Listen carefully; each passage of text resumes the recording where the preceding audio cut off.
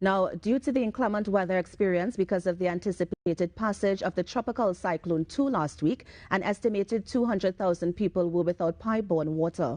Joining me to discuss the reason for the disruption in the water services and updates on said disruption is Acting Chief Executive Officer of WASA, Kelvin Romain. Mr. Romain, good morning. Thank you so much for joining us on Now. Good morning. It is nice to be here. Good morning to your wonderful viewers. Now, I know that the last update I saw was that 92% of the plants were back on schedule. Can you give an update about that 8%? Has everything been normalized? Yes. So that 92% would have stood at, would have been at Friday of last week. I could say safely that we are at 100% operational at this point in time. Nice. Now, the reports was that 200,000 people were affected. Which communities were affected, and is it that they weren't getting that pipe-borne supply of water? Yeah. So what would have happened with the geographical location of these plants would have been more on the north coast, northeastern areas of Trinidad. However, we would have had some of the areas would have extended to south as well as Tobago. We have areas such as North Rapuch, Valencia, Lopino, Sandy Grande, Maracas, St. Joseph, Guayguayari, Hillsborough, areas served off of the Hillsborough Dam, as well as Maraval. So we had a number of plants that were out as a result of the passing of the tropical wave. Sorry. What that would have done would have created or caused excessive rainfall. So that excessive rainfall would have created swollen river levels, as well as created some debris in our system that would have traveled down the river and caused some clogging to our screens. So in protecting our infrastructure, we would have shut down the plants. Just to compare, you would have a pump at home, and if it doesn't have a water suction, it will destroy the pump. So right. Hence the reason why we would have done or taken measures to stop our plants. Right. So because the thinking is that when rain falls, of course the dams are full, so they should get water. But yes. You're saying is that it doesn't happen like that. Well, in some instances, the thing is we want more rain. Right. But this was excessive rain and specific to the intakes. So we have intakes where the water quality is pristine, and all we do, we chlorinate and we put it out there on the system. Those intakes of plants that are still from the intakes, they don't have the same processes as some of the major or bigger plants with turbid water. Right. Because of that fact, we would have no choice but to shut down the plant. Yeah. Now, as we have this overflow, you mentioned the debris. So can we be sure that WASA is working to ensure that there's no sort of compromise to the quality of water that's coming in the taps now? Yeah, definitely. We would have had some stopgap measures as soon as we had this event. In terms of sustainability, we are actually working on desilting some parts of the intake, some parts of the river, so that in the long run it would take a bit longer to feel the effects. So this event would have actually shown up some gaps. Of course. And we would have recognized those gaps and look at sustainable measures to deal with them. Now, can you mention some of the gaps that you're talking about? At least two. Like what would the tropical cyclone have highlighted that the organization or the association now needs to work on? Right. So in terms of the frequency of maintenance, so we would have maintained the intakes for a certain period. Now we would look at it at more frequent rates in terms of clearing debris, clearing silt, because the debris comes down with the river. That's one. Changing our screens regularly as well. So those are at least two. Right. We have other situations that we would deal with as well. Now, in terms of the communities affected, before this, the inclement weather, were they ever receiving a 24/7 or at least a 24/4 water supply? Yes. Yes, I would say so. We would have had some system issues as any system, which would have impeded supply in some instances. But we would typically, the areas would have been 24/7. However, as I said, based on the situation or any event or disruption, we would have those gaps in terms of supply. Now, of course, we are talking about getting the water from surface areas, so for example, rivers and stuff. Yeah. Is WASA giving any consideration into extracting water from the ground to kind of, prevent this from happening? Most definitely. Now, North Trinidad in particular has an abundance of surface water, and the quality is usually excellent. However, those sources would be vulnerable to different factors, namely tropical waves. And the floods and stuff. And the floods, yes, right? Yes. So what we would do, we actually began looking at drilling some wells in different areas to mitigate against that. So the well water, or is this basically a reservoir underground, is less vulnerable to all of these external factors that affect your surface water. Now, I want to switch gears to the cables, right? Because we had this situation in, I believe it was Thick Village in Siparia, Yes. where we see vandals destroying the electricity pole and the cables. Last month, we also had a similar situation in Bamboo Settlement in Valsane. Yeah. What is WASA doing to kind of almost prevent this from happening? Is it that you're putting security by the pump stations? I mean, that may not be the most practical thing to do, but how is the association treating with it? Well, the authority it beefed up and ramped up our security patrols at some of our installations. Now, I would have mentioned while I was there to the media that we have operators that frequently visit our installation.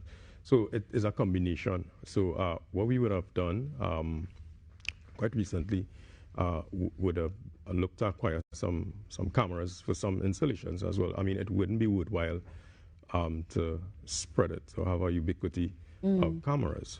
So to fill that gap, what we would do is beef up our patrols as well.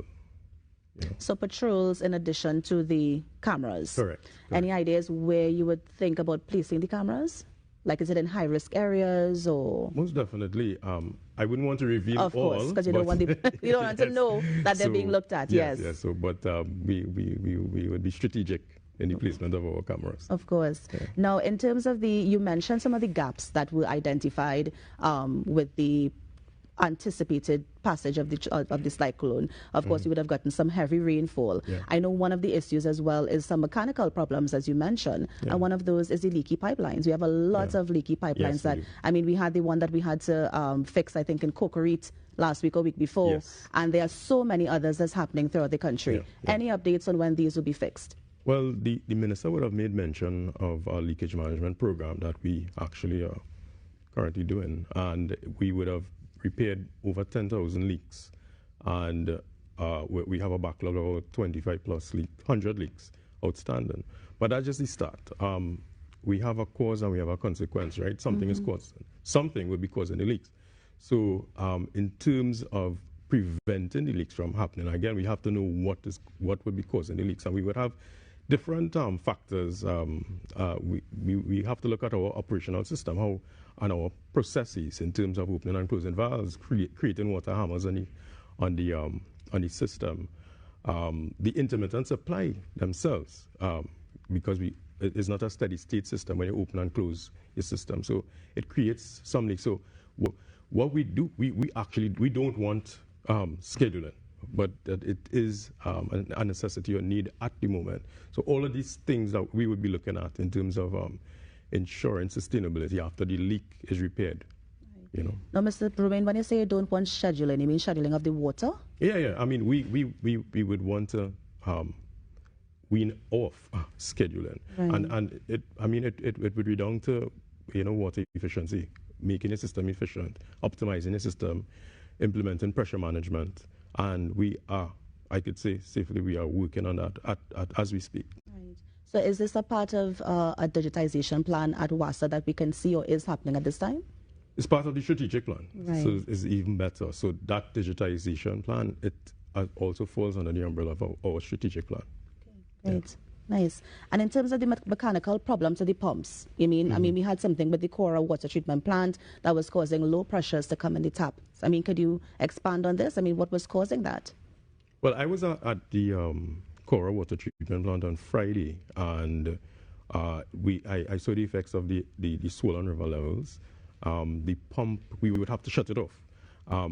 Some of the debris would have stuck in the screens that we would have had there, and in some instances the screens they provide a primary and secondary protection, but somehow some debris would get stuck in our pump system and create some damage. However, we would have rectified all of the issues that we would have had at Cora, and I could safely say Cora is operational as of last week. Yeah. Now, when we have issues with water, how often can someone see, for example, those water trucks coming in the community to kind of give people water, this necessity? As needed. We supplement our intermittent supply, and typically at the end of our systems we have that issue because the system is stretched. Right. So the truck-borne supply would supplement accordingly. Obviously, we'll be limited in terms of the resources in terms of the trucks to provide that supply. So, it is a case-by-case basis that we provide that service. Now, as you mentioned, case by case, is it also a priority where, for example, schools might be given first? Then is it that someone can simply pick up the phone and call WASA and say they need a truck-borne water supply, or how does it work? Yes, so we would prioritize schools, hospitals as well. And yes, you call. I was informed that some wait times are long. We're working on that. All right. But yeah, simply call and make your truck run request. Mr. Romain, any ideas of the numbers they can call just in case they need to? 800 League. 800 League. 800 League. Right. It is the safest number and quickest number to call. Of course. Yeah. Now, I know the authority is also working on the Seaweb program. Any more ideas in terms of which kind of community would be identified next? Yeah, well, we're on another phase of the Seaweb program, and it is throughout Trinidad and Tobago. So you would definitely see projects happening in local communities and local areas throughout Trinidad and Tobago. Right. Yeah. I had a concern just going back to the water supply. There's some rural areas, Mr. Romain, that really can't get the water. Anything you can tell them, or how can they go about accessing the service? No, we take that seriously, and that is one of the things that we address with our Seaweb program. So we go to rural communities and look to see where people are water starved and address it through some simple projects. It may simply be extending the system, running some mains, installing a booster. So we take that seriously in terms of water scarcity in the area, in the rural areas, that is. Now, Mr. Romain, we are in the rainy season, right? Yeah. We're also in the hurricane season. Yeah. Anything you can tell our viewers in terms of, how they can keep their water clean and how they can even manage the water? Because I know that there was a release from WASA saying that there are things that you can do to conserve your water so that you can have that water supply even if there's nothing coming in the taps. Yeah, so we would encourage, especially when you would have prior information as to tropical waves as we would have known. We would have even advertised, stock water, try to reduce your demand. It helps us, it backs the water up in our storage facilities. So hence the reason why we would say, try to reduce your demand and stock up on your storage. Okay. And for any other information that people need to get, is it 800 League or is there a customer service number that they can call? We have various numbers. We have WhatsApp. There's a WhatsApp number. We have Facebook, Twitter. We are known on the social platform. So we are accessible and increasing capacity. Nice. Well, Mr. Romain, that's it. Thank you so much for joining us on the Now Morning Show. Of course, it's always a pleasure to have somebody from the authority just explaining what's happening in our taps and how we can get that constant supply of water. So thank you so much. It was nice being here. Thanks. And that was Mr. Kelvin Romain, the Acting Chief Executive Officer of WASA, just sharing a little bit about what would have happened with that disruption that affected close to 200,000 households last week. You're the Now Morning Show. We're going to take a break and be right back. Stay with us.